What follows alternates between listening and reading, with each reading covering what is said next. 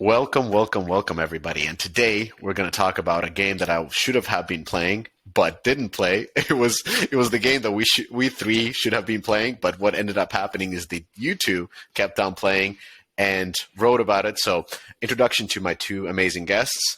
First, Javier Barnes, experienced designer with over 10 years of experience working at some of the best of game developers and game publishers. Welcome, Javi.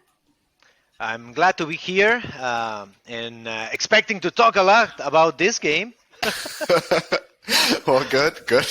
And then we have Hadrian Semroud, experienced PM of 8 years in the industry as well, working on all kinds of top games at top companies, from casual to social casino. Hadrian, welcome. Thank you, Mishka. Very, very happy to be here. My first appearance on this podcast. Huge fan of the podcast, by the way. Okay. Well, let's kick it off. So we are talking about Pokemon Unite, and this was quite of an interesting game because, first of all, arguably the best IP, right? Not even arguably the best studio making this game. It's cross-platform. It is in the genre that is very hard to enter, but those who succeed take all the loot.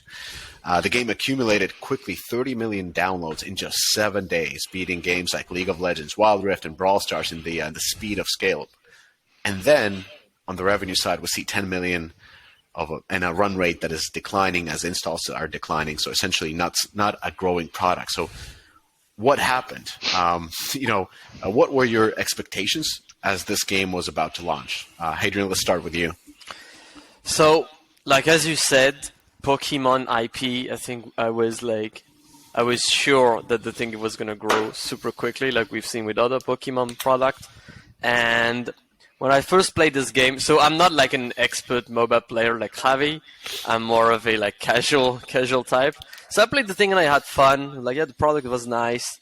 But I knew something was going on. There's on the UX and on the way the menus were being built and everything. I knew this was something that was missing, and I mean the revenue is showing, so there's clearly something to be discussing here. But yeah, the game is pretty fun. That's the first thing that we can say about it. That's for sure. But yeah, it's huge IP, lots of organic download as we could expect with such a huge brand for sure. Javier, you've been writing a lot about MOBAs, and I think you there was an article on Master the Meta newsletter where you wrote a whole a deep dive into MOBAs, and especially MOBAs in the West. So what were your expectations as this game was coming? Did you think that this is the next Brawl Stars, or what were you honestly, I was expecting a Brawl Stars, a game that was more related to Brawl Stars than to League of Legends.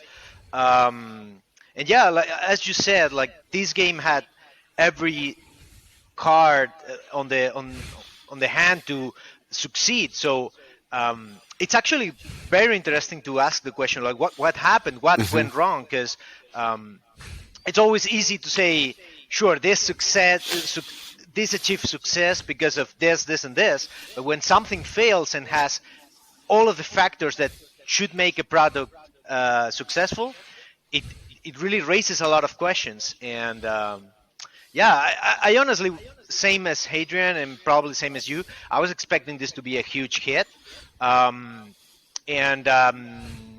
It's been surprising. I honestly was expecting it, the gameplay to be a bit more Brawl Stars-like, rather than so close to the core MOBA experience. But yeah, worth asking. What went wrong? Well, let's talk about it a little bit, Javier, because before we just dive into Pokemon Unite, I wanted to kind of ask you to talk a little bit about the MOBA market. What has it looked historically on mobile? What have been sort of the best practices? Can you kind of level us up on the on the knowledge of MOBAs on mobile? Yeah. So just to do a crash course on this. This is probably one of the genres that is more geographically distributed. There's two different worlds. One, it's Asia. MOBAs are big in Asia. There's this game called Honor of Kings, which in the West is known as Reign of Valor, which that one in China makes so much money. It's kind of its own category. It's absolutely out of scale from any other product. In fact, whenever I compare it with other games, I just consider it its own category just because of the size it has. And a lot of a lot of times when we say Asia and MOBA, we kind of talk about China exclusively, but the reality, MOBA is popular in all of Asia, and in fact, there are several games that are pretty huge, like Compass, for example, that it's great because they dominate a specific country. In this case, Japan. So in Asia, it's its own thing, but then in the West, it's a different size. Of course, this only happens on mobile because, of course, League of Legends is huge in the US, right? But when it comes to mobile, what we find is in the West, we find games that are kind of core followers. They try to have this gameplay that it's close to the core, and by that we understand close to League of Legends, like games like Mobile Legends, Wild Rift, and so on. But they don't get even close to the same volume of revenue and downloads as Honor of Kings or what we would expect from something related to League of Legends.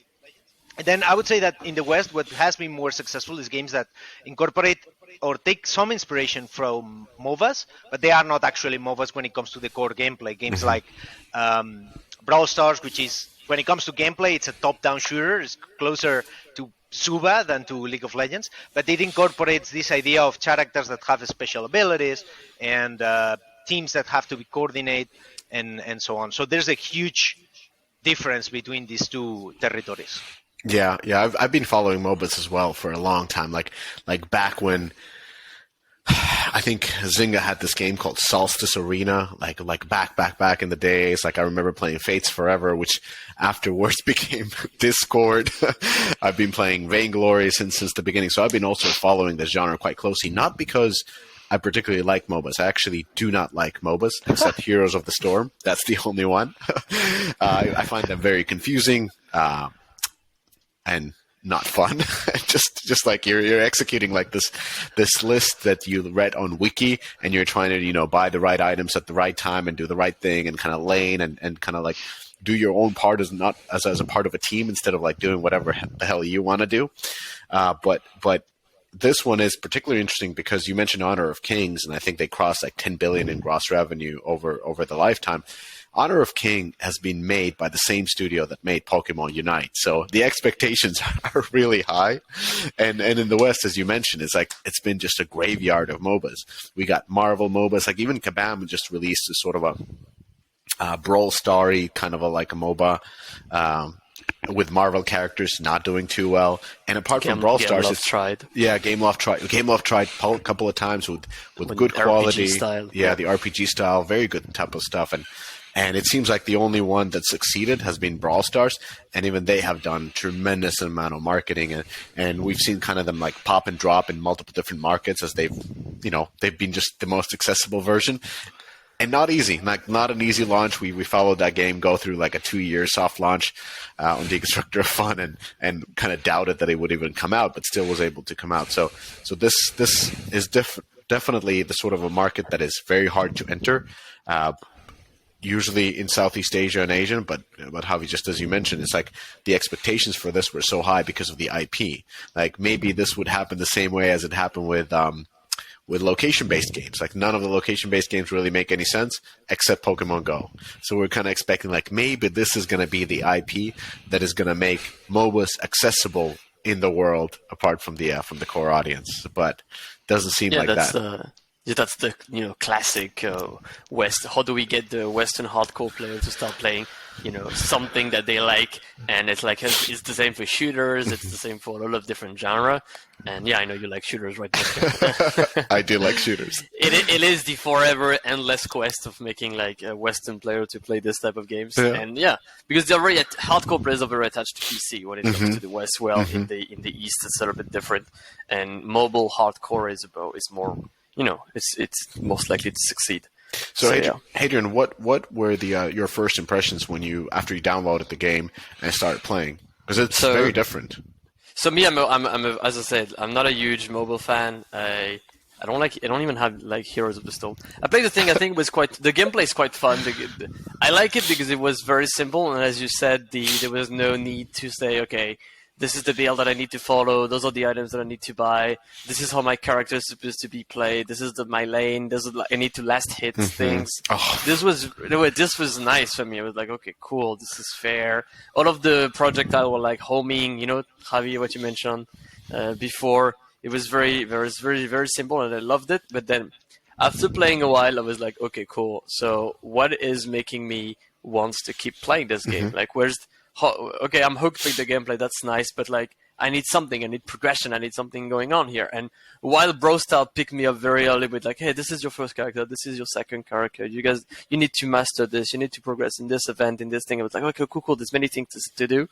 In Pokemon, I felt like it was like good initial burst, and then okay, cool. What I'm doing now, and I felt like there was a lack of more, in-depth progression system that would carry me through the mid game and to the late game, and I missed that. I missed that, to be honest. So that would be my first impression, I think. So kind of like not having that clear progression system of like, what am I working towards, right? Exactly. And also like, I kept playing the same characters. I didn't want to try more, and I think that's the core thing that we're probably going to discuss even more, Javi, in this podcast. But I got very attached to my Venusaur. I tried something else, but then I was like, okay, cool.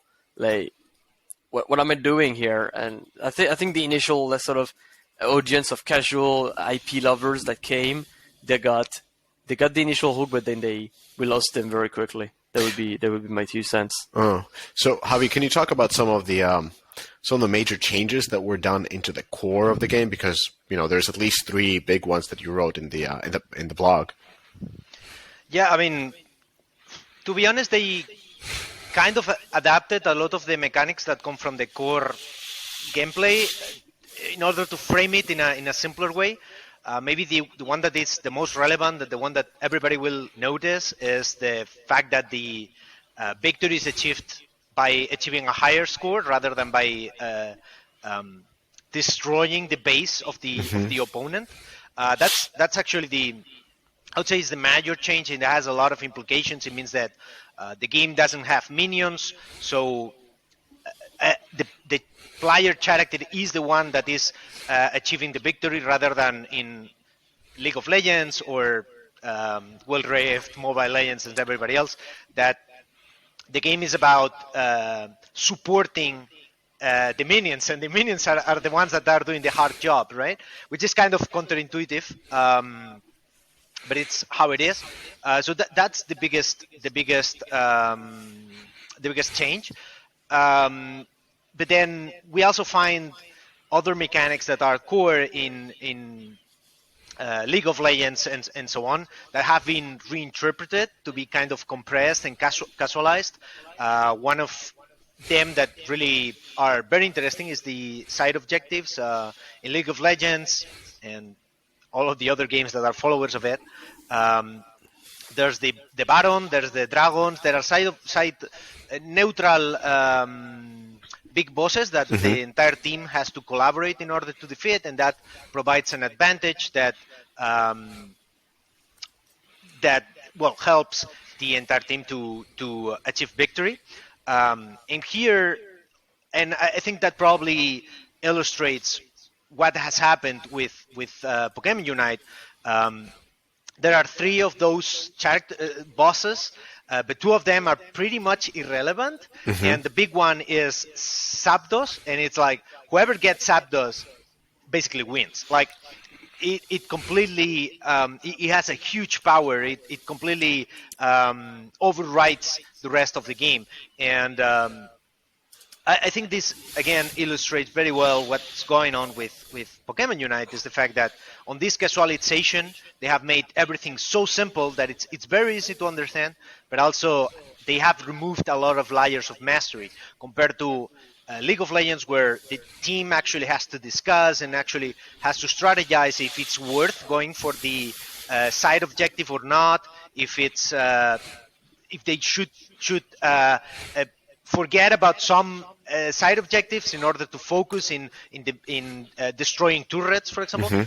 that sort of a strategy is not here in Pokemon Unite. In Pokemon Unite, it's like, no, you need to go for this, otherwise you lose the match, and that removes a lot of depth. Also, the Zapdos, sorry, to go for that a little bit, the Zapdos timing is a bit weird, in my opinion. I think it arrives late, right, Javi? And it's like, I don't know, I had the feeling that when it was here, it was already, like, this was already decided. It was already decided, and then the Zapdos was, like, completing the cycle of... The team that was winning was already the one that's getting the Zapdos in the games that I had. So I don't know, I think there was a little bit of a timing issue here. Yeah, I mean, side objectives in most MOBAs, one of the functions that they serve is that they are comeback mechanics. So it completely makes sense that it appears at the end. The problem is that it's essentially, no matter how the match is going, at the end it's going to be a clash in the middle of the map, and it's going to be, okay, you have been losing the entire time, but if you get to kill Zapdos and score it, you may absolutely turn the tables. And if you were dominating and you get to keep Zapdos from the other team, you basically obtain the victory. So again, it really simplifies a lot the strategy, and it removes a lot of depth, because the players do not need to take decisions based on that. It's a straightforward strategy. Okay. And how about the champion builds? Like, how would you compare the complexity of those compared to, let's say, from Wild Rift to Brawl Stars? Like, Hadrian, you want to talk about those? So yeah, we had one debate with Javi when we were discussing this game. It's about the skill selection thing. You remember that, Javi? It's like, so in the way the builds evolves with the game is that when you level up your Pokemon, you get to select which skill you take. In like, if I understand correctly, normally in LoL you don't select things. It's like you unlock, the order is the thing you select, but not the skills themselves. And in Pokemon, you have one core skill at the beginning, and then you can select to switch it for two other skills, and that would be your build. So like, there's clearly a build. Like, I was playing the ghost Pokemon thing. I forgot his name. I'm bringing French, all the name are different. So this ghost thing had clearly a build that was about teleport, nuke, escape, and there was another that was like more support, dart, shooting poison, those were two clear builds. And the problem I had with that, and probably Javi, we won't agree on this, is that I had the feeling that there was no progression to my character because I kept changing. It was like, okay, cool, I'm removing this skill, so I was playing this way at the beginning of the game, and now I'm playing another build, which made it very confusing, because what I would have liked is like, okay, cool, the thing that I was doing at the beginning is sort of increased and emphasized at the end of the game, instead of saying I was playing A and now I'm playing B, and then in the middle of the game and switching and I'm playing another type style. And this was an issue for me. I don't know if, Javi, you felt the same way. At least this is an innovation. I don't know if it works the way they intended to work. I mean, I agree. So when it comes to characters, I would say it's two different things. No, one is the evolution of the character during the match, and it's very interesting how they do it, because again, the builds are kind of mobile in the sense that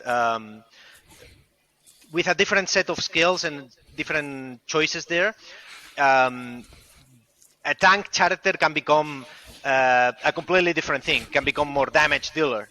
And that's kind of cool. I mean, for me, this is actually something that it's good, because it makes that it gives more depth. The problem is that there are other mechanics on the characters, like the held items, that generate synergies with only one of the builds. So actually, during the match, if you are an expert player and you are fighting against some other expert players, you really have less choice than what it seems, because your held items are going to determine are going to synergize with some of the specific choices. So it seems that there's a lot of options, but really, if you want to be competitive, you don't have as many.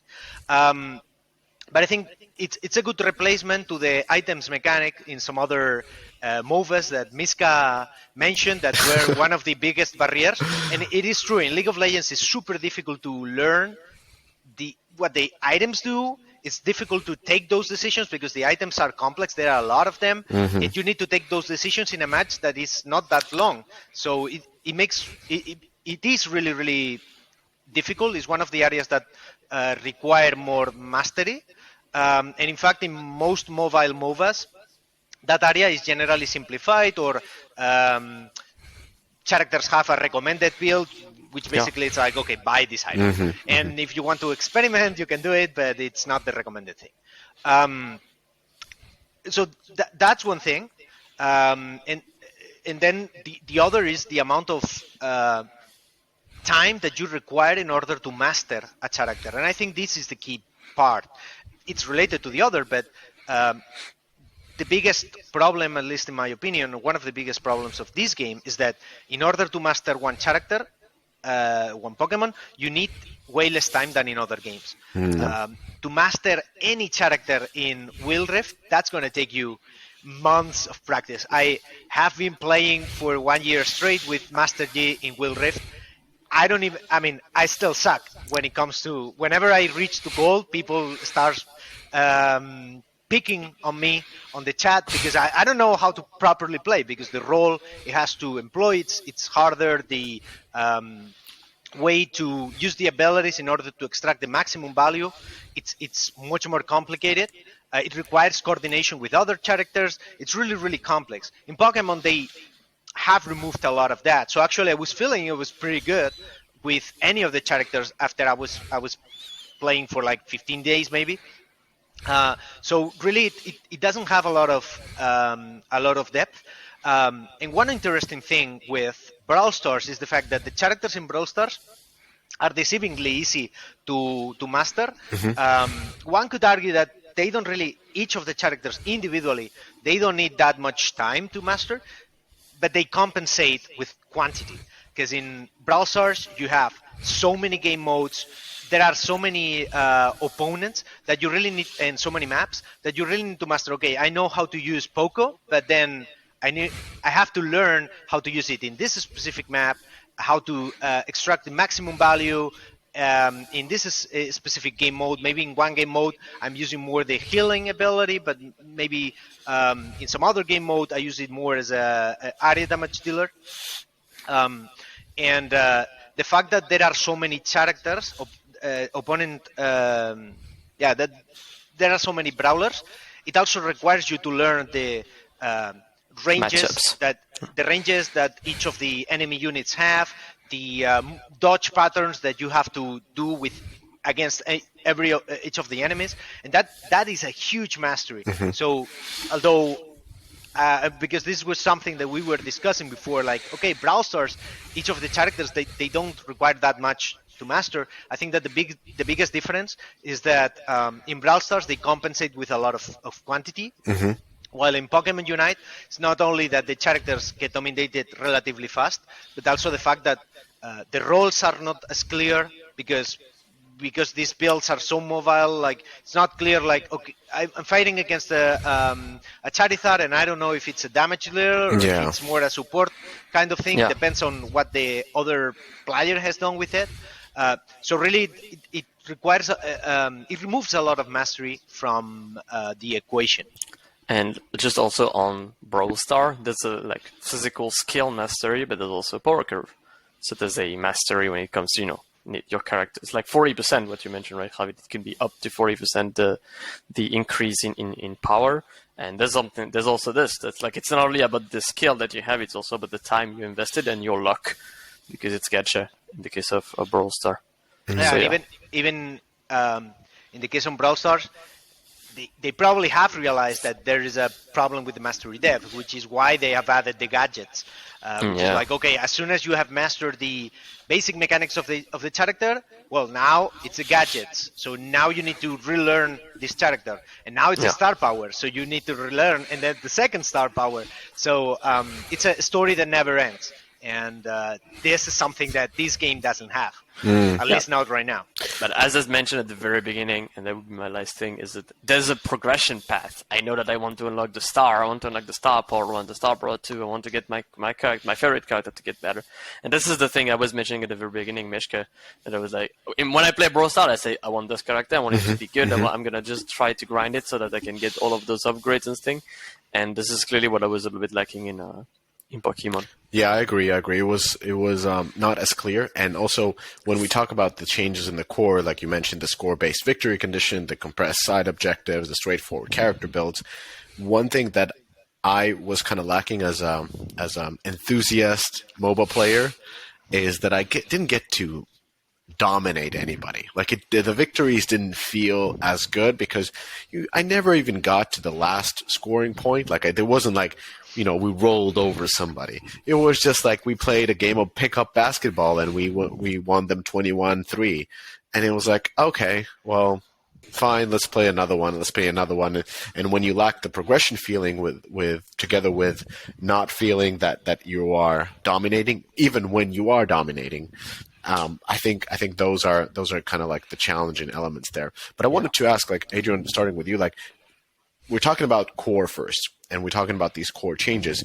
What do you think was the goal of these changes into the core gameplay? And do you think they achieved the goal that they've set by changing the core so much from a typical MOBA? So for me, I think we mentioned that already a little bit. The core was very simple, and that's the perpetual quest of casualizing a core genre and trying to get more people to play it. And to some extent, and talking with some friends of mine that play the game, it worked because I've seen people play this game that would never have touched any Wild Rift or a game this way. So to some extent, it works. The problem is like when you're trying to go more casual. You're going to lose the core people, and the core people are the one that are spending. So this is where your money is. So yes. I think to some extent they managed to make more people play the game, but they left so much money on the table that the number you're seeing right now is the result of that, in my opinion. Javier, what do you think? Kind of similar. Joaquim Macren talks about making a deep game for the masses and how many challenges are there. And I think that in MOBA in particular, the fact that the complexity is something good. We can argue if the entry barrier is something that can be removed or not, but the fact that the complexity that it has and the depth that it has is what makes people play the game over and over again. Like whenever you play a MOBA and it's something that calls to you, you see that you can lose yourself in the game. You can watch guides. You can see YouTubers. The amount of effort and the amount of time that you can spend on this game becoming better and better is huge. It's not unlike a real sport. Whenever you play soccer, like if you want to really become good at soccer, you need to spend a lot of time. And that's fun. And actually, it's very rewarding. That sensation where you and your team of friends become better and better. So that complexity is something insanely important. I think Pokemon Unite tries to make the game accessible, but by making the game accessible, it removes the depth and it removes that magic ingredient. So the feedback that I have obtained, because I'm super biased, because whenever I play a game like this, I'm not even enjoying it anymore. I'm seeing like, I see what they are trying here. Oh, I see what they are trying here. But it's very difficult for me to assess the fun. So in order to assess the fun, I need to talk to a lot of people. And the common comment that I get told about this game is, oh yeah, it was fun at the beginning, but then meh. And I think that kind of summarizes what I think it's the problem here. That it's a game that, sure, it's accessible. It's very easy. You feel good, very easy, but then there's nothing else. And by the time people realizes that this is over and over the same thing, they get bored. Got it. So your assessment essentially, is that the idea was to make a game for players who don't really play MOBAs, but like Pokemon, that's a wide audience. And now you give them a game that is quite accessible, but has more depth than Brawl Stars, which we know is suffering from the lack of depth and has to just increase the amount of content they produce, the amount of characters they produce, the amount of levels they produce to keep the game engaging and have been adding more depth to characters through the progression mechanics. So they kind of tried to go, to my understanding, from the middle. Like they're not as deep as definitely not as deep as Wild Rift, but definitely deeper than Brawl Stars. And we're trying to find that sweet spot, and it feels like they failed. Like they're too shallow for core audience and too complex for the casuals. Would that be correct way? Lack of progression, I would say, for casuals. Lack of progression. They need to be guided way more. They tried to do the Empire and Puzzle thing. They tried to do this, and Empire and Puzzle has a good onboarding. It feels like a puzzle, but then it starts to go to a more RPG style very quickly. And this is what they tried to do. I think for casual, they like the guides. Okay, I'm on a journey. I'm gonna go do this, and then I have my brawlers. I'm gonna accumulate things. And for core, they're like, I want something deep. I want something that I can watch a Twitch stream on it. Like, how do I get good? How do I get good guides on specific characters? How do I get my Venusaur to be the best?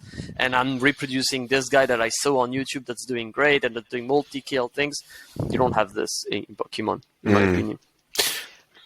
Another factor that I think it's very relevant, and I know we're talking over and over about Brawl Stars, but actually this game made me realize how good Brawl Stars is that Brawl Stars may be simpler on each of its individual components, but it has good systems in order to incentivize players to master them all. In particular, the fact that the trophies is the player trophies is the accumulation of the individual trophies of each of the characters made you have to play and master to some degree all of the characters. Yes. Which is completely different to League of Legends, where the less characters that you master, at least at the beginning, the better, because they are really, really difficult to master, right? So in Brawl Stars, what is really good is that the game systems make that organically the player plays with a lot of the brawlers and have to master them all. And that kind of compensates the fact that the individual complexity of each of the elements is smaller. But one of the problems of Pokemon Unite is that those systems are not here. In fact, all of the systems are incentivizing the player to specialize even more than in League of Legends, and even more than on other, let's say, more hardcore MOBAs, because this game doesn't have a pick and ban mechanic. Multi-select, you can select characters in each team. Yeah. And the way they have structured the competition makes that whenever you're high on the competition on a high league, you don't want to play with a new Pokemon. Then you're going to lose and you're going to go down. And this is a completely different experience to Brawl Stars. In Brawl Stars, if you're really, really good with one character, you want to play with the other. Because with the other, you have more chances of increasing your trophies, which is ultimately make you progress.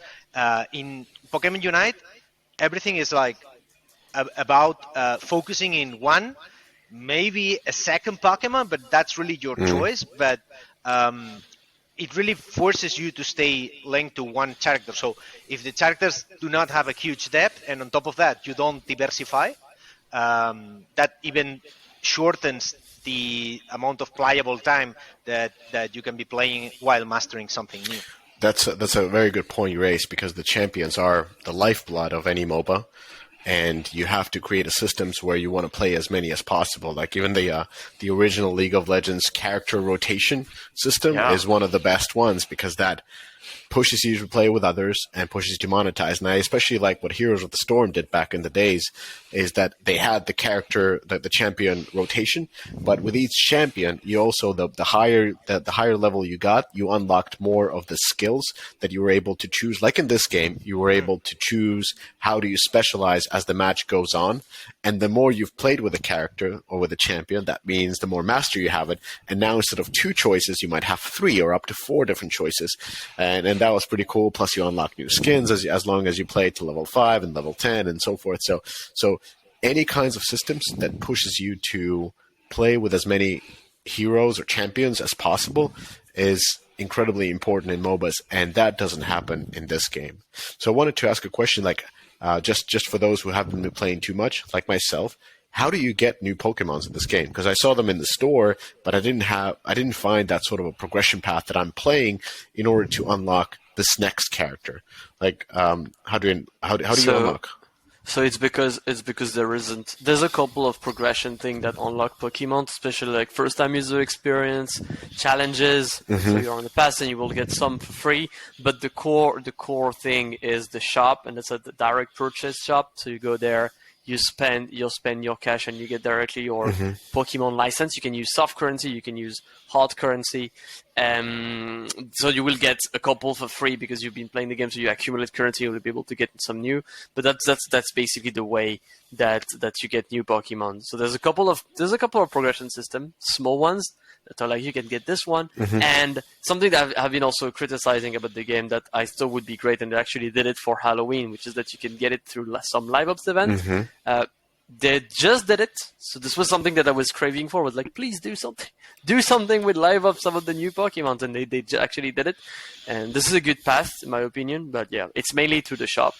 Interesting. Into the shop. It's quite confusing since you have so many characters. I mean, you're in the Pokemon universe, and plus you have Timmy that can do unlimited amount of content. Like, they're not afraid of content treadmill. So Javier, how does this way of unlocking new champions in Pokemon Unite, how does that compare to the Wild Rifts, the Honor of Kings, the Mobile Legends, and the Brawl Stars of the world? Like how would you compare it? So in most other MOBAs, and I'm excluding Brawl Stars from this, the player gets what the player wants. So it's similar in the sense that there are it's direct acquisition. The biggest difference is that, again, whenever you acquire a character, you need to invest a lot of time in order to master it. The main difference would be primarily Brawl Stars, where the acquisition is randomized because you get brawlers from the loot boxes, and which kind of extends. It makes that you cannot go directly to the character that you want. But what is interesting is that in most other MOBAs, there is an intended path for the player to go. So there are some characters that are kind of introductory, like in Wild Rift or League of Legends, Garen or Tryndamere, like characters that are simple to master or simpler than others.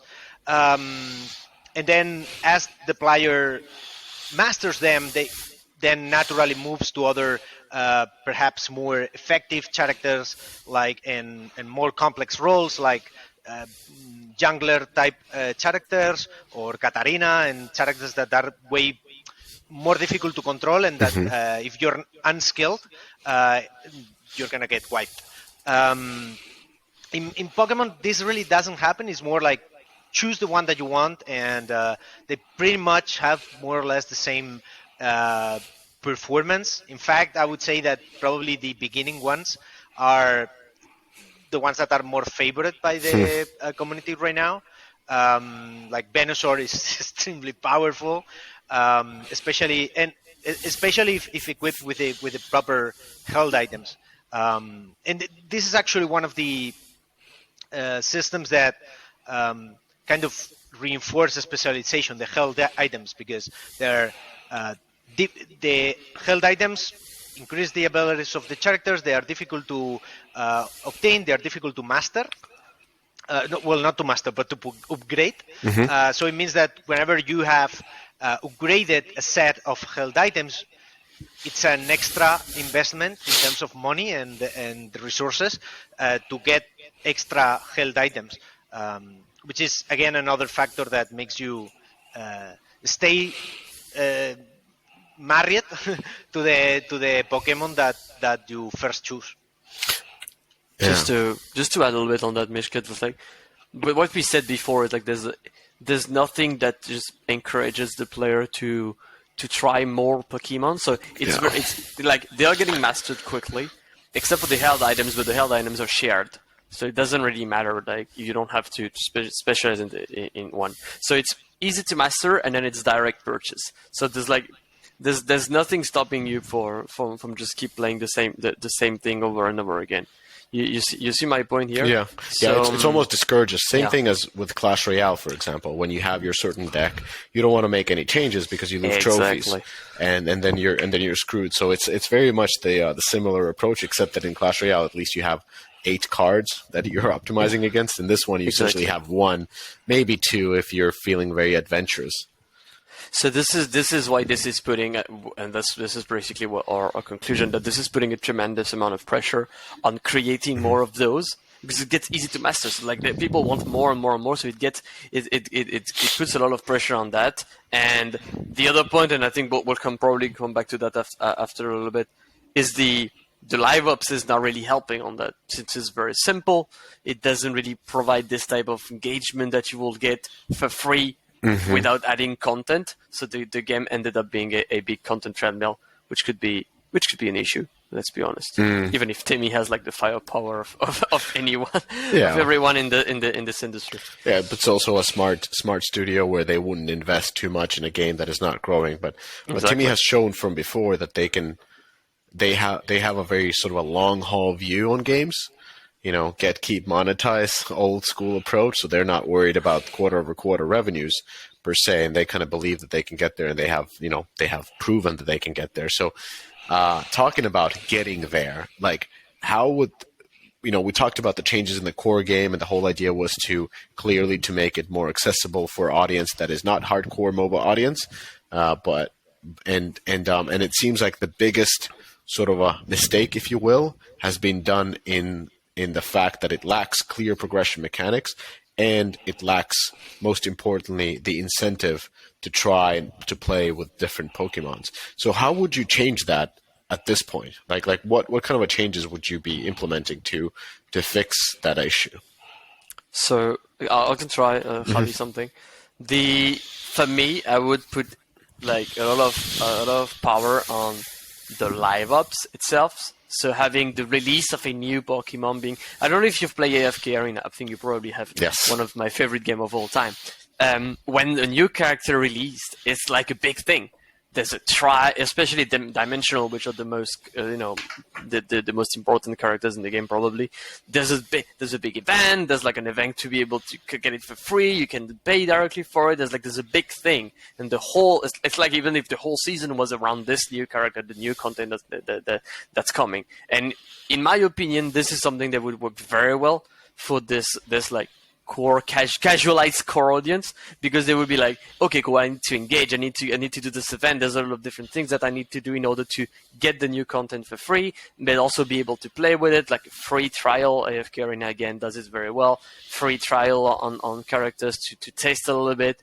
And so I would start with this for the acquisition, and then I will try to, like Javi said, encourage with the system different modes where different Pokemons are better than others.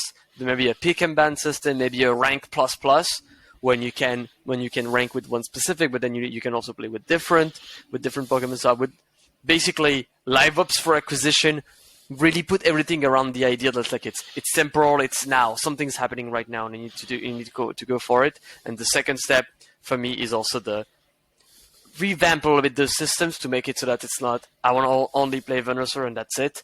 I can also play with something else, and I can have the same amount of fun, if not more. So this would be my that would also mean that you would have to uncouple your event progression from the overall progression of the game. Meaning that when you are engaging with a Pokemon that you haven't really played before, that shouldn't hurt your overall progression. It should only accumulate towards that event progression.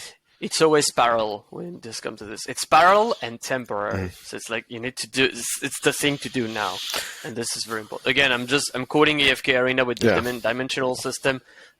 Great system. It's a good game to quote. Javi, do you agree, or would you add something more? I do agree with what was said. In the end, what they need to do is diversify the amount of Pokemon that players play with. Pokemon as an IP has a strong collection factor. By the method of acquisition of Pokemon that they have in the game right now, they have removed that component, and this is something that they could explore in order to generate engagement. They could, as Hadrian said, add more events that made players play in a specific ways, maybe play in specific game modes in order to obtain them. I think one pending decision that they have to take when it comes to the gameplay, it's if they are going to be a game with a main mode in a single map, or they are going to go for multiple maps and multiple modes. In fact, in the quick modes, they actually have more maps, which, to be honest, are not as fun. At least in my opinion, they kind of have the same problem that in League of Legends have the Aram map and so on. It is cool. It puts more focus in some other stuff, but really it's not as fun as the main thing. But I think they still, although I feel it's unlikely, and maybe it's not a wise decision to touch the core very much. I think they still have room to iterate on the main map that they have. They can do improvements. They can do small variations that can progressively make the game more deep in terms of the decisions between on which lane the characters go and so on.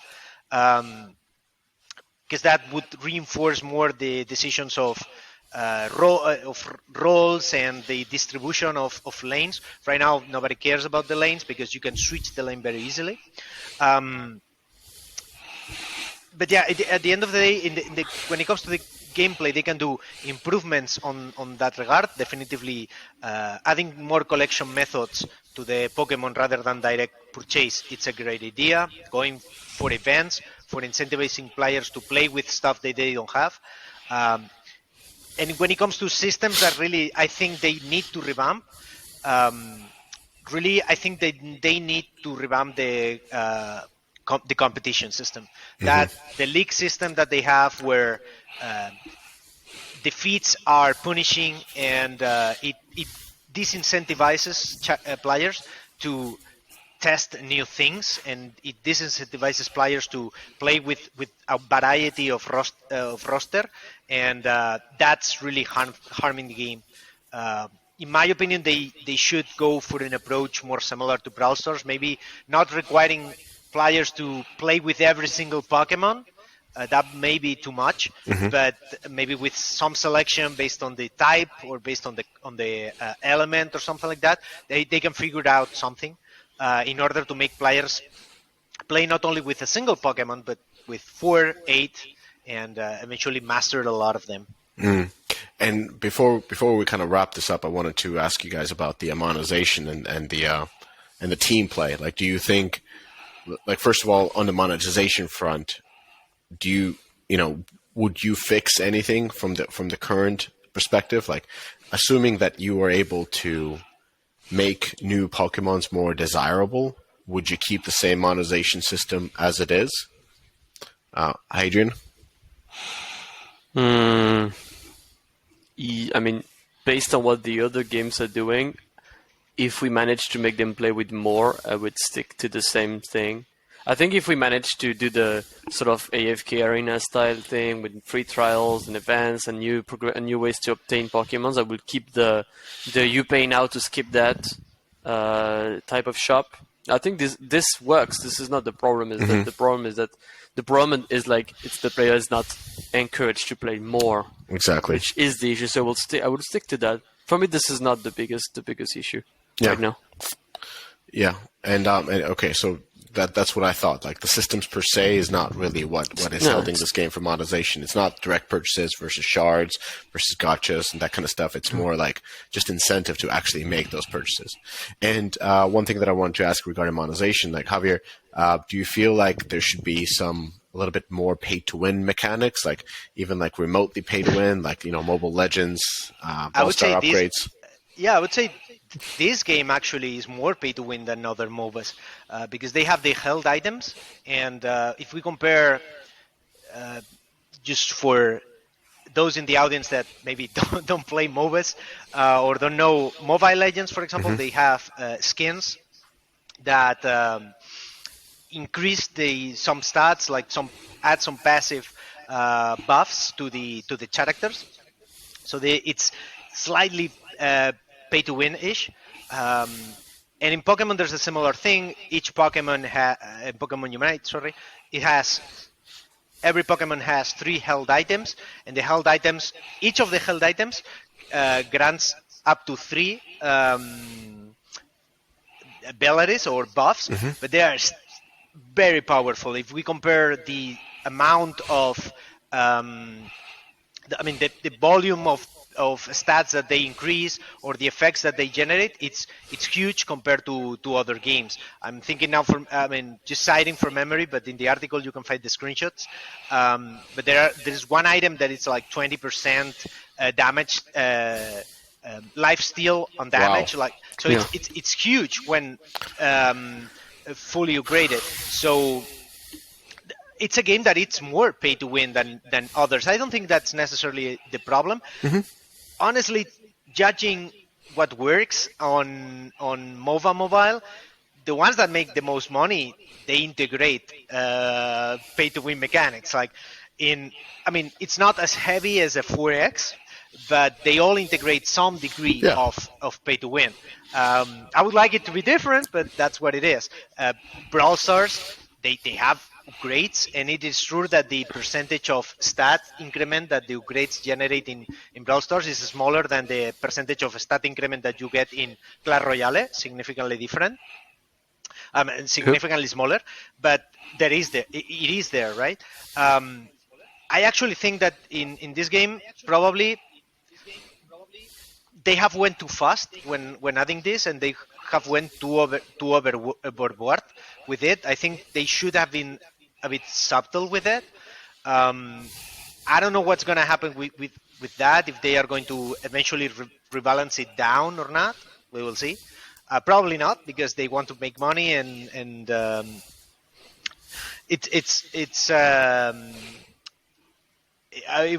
would be difficult to change. What about the people that already paid for it? And now when it comes to the monetization as a broad topic, I think there's a range of decisions that you can take before a game is launched, and a range of decisions that you can take once the game has launched and you have established a kind of non-written contract with the players. And there are several things that, in my opinion, they should have done different before launch. The skin system should have been different. They have this fragmented cosmetic type of system for the character, for the player avatar, which is barely not seen in the game. But then with the Pokemon, it's just like skins as a single piece, and why not the other way around? It would have made way more sense. Maybe they could have considered having some upgrade on the Pokemon. I don't know, but now it's too late. Like, now they cannot introduce that without killing the audience that they have started to build. And actually, probably one of the biggest issues that they have is that they are not accumulating a huge audience, because the downloads are not staying for a long time in the game. So now it's not the time to take decisions to foster monetization. In my opinion, now it's the time to foster a big audience, and then we think about how we monetize them later. That makes sense. All right. Just maybe, Mishka, to add on that before we wrap up, for me, there should be also a full UX sort of discussion. The current UX, I think, if you have to stick to the strategy of, okay, we're going with the diversification, we're doing with those pay-to-win elements, but the way the elements are placed on the UI and everything should be supporting that, which it currently doesn't. There's the event are buried, the held items are buried somewhere. You should be able, Brawl Stars does it again, Brawl Stars, but it does it very well. That you see your progress on different characters, you see your builds, you'll see the next star you're gonna get, all of that. The tasks in the battle pass, they're very clear. All of that, the current UX for me doesn't support anything.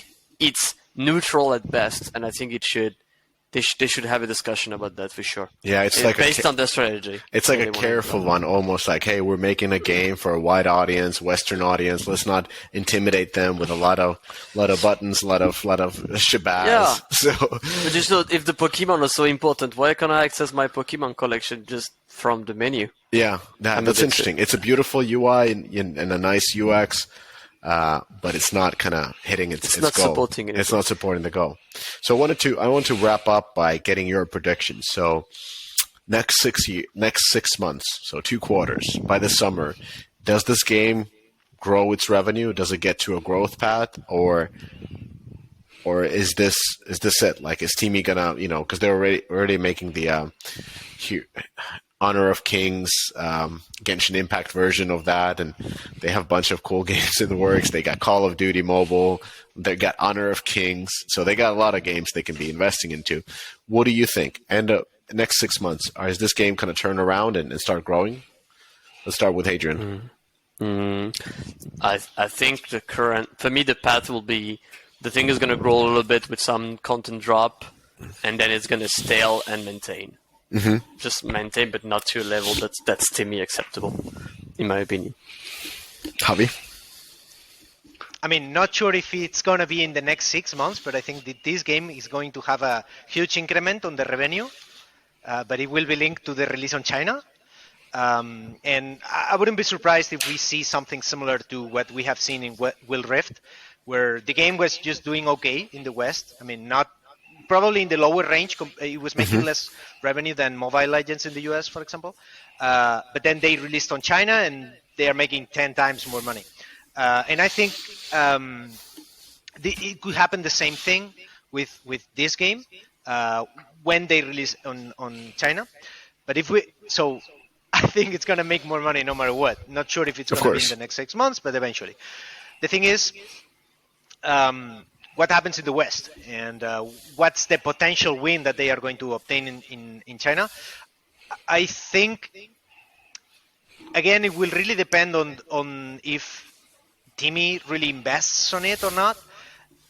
I don't think so. I think it's going to kind of stagnate, and maybe they achieve like a small growth, but I wouldn't expect an explosion of growth, just because they need to solve a lot of problems with. I mean, they would need to make a lot of changes in order to do that.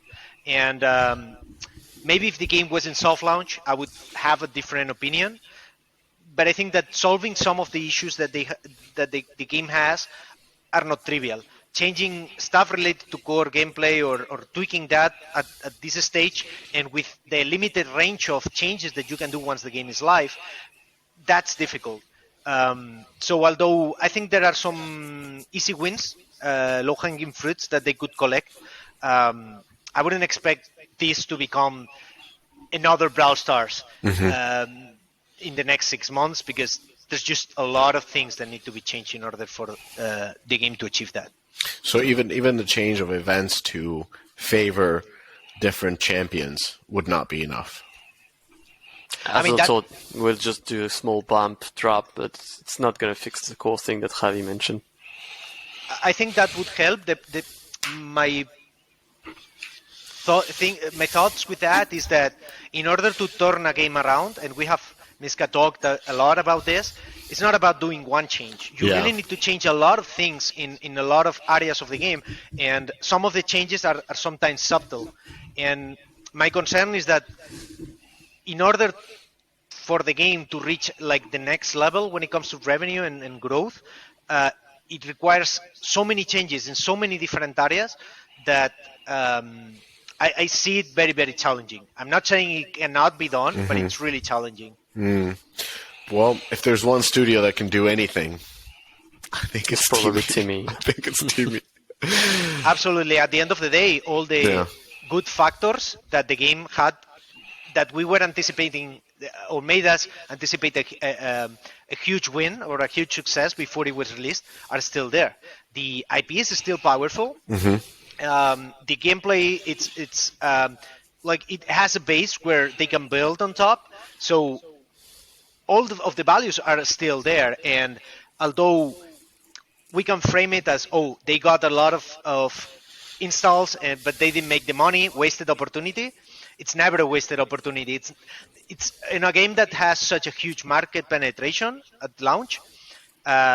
that's never the last bullet, because they can then release something, one event or one do something in the game, and then reawaken all those users that played the game. Maybe they thought like, oh, sure, it didn't interest me for a long time, but then if everybody starts playing with it and there's something new and really that calls people in again, I think they can bring back a lot of those installs. And in fact, a lot of games that have been able to turn around, like legacy games that then start making a lot of money, what the hell happened? They have made it because of that. They have made it because they released this kind of event or this kind of massive change that kind of brings everybody back. Well, on that note, big thanks to Hadrian Semroud, Javier Barnes. Check out the full Deconstruction on Deconstructor Fun blog. You guys did an amazing job just breaking down this game, and I learned a lot. I learned a lot by talking to you, and especially by reading the whole set. So can't wait to see what happens when the teamy guys and ladies read the posts and go through their backlog and see if those are the type of things that they should be doing. So thank you fellas so much. Thank you. Thank you. Thank you everybody for listening, and drop some comments. Javier and Hadrian will be answering those on either here or on the DOF Slack or on the blog, or anywhere where you send the comments on their LinkedIn DM. That's actually the best, because then it doesn't have to go through me. So anyways, thank you so much for listening, and thank you so much guys for opening up this game.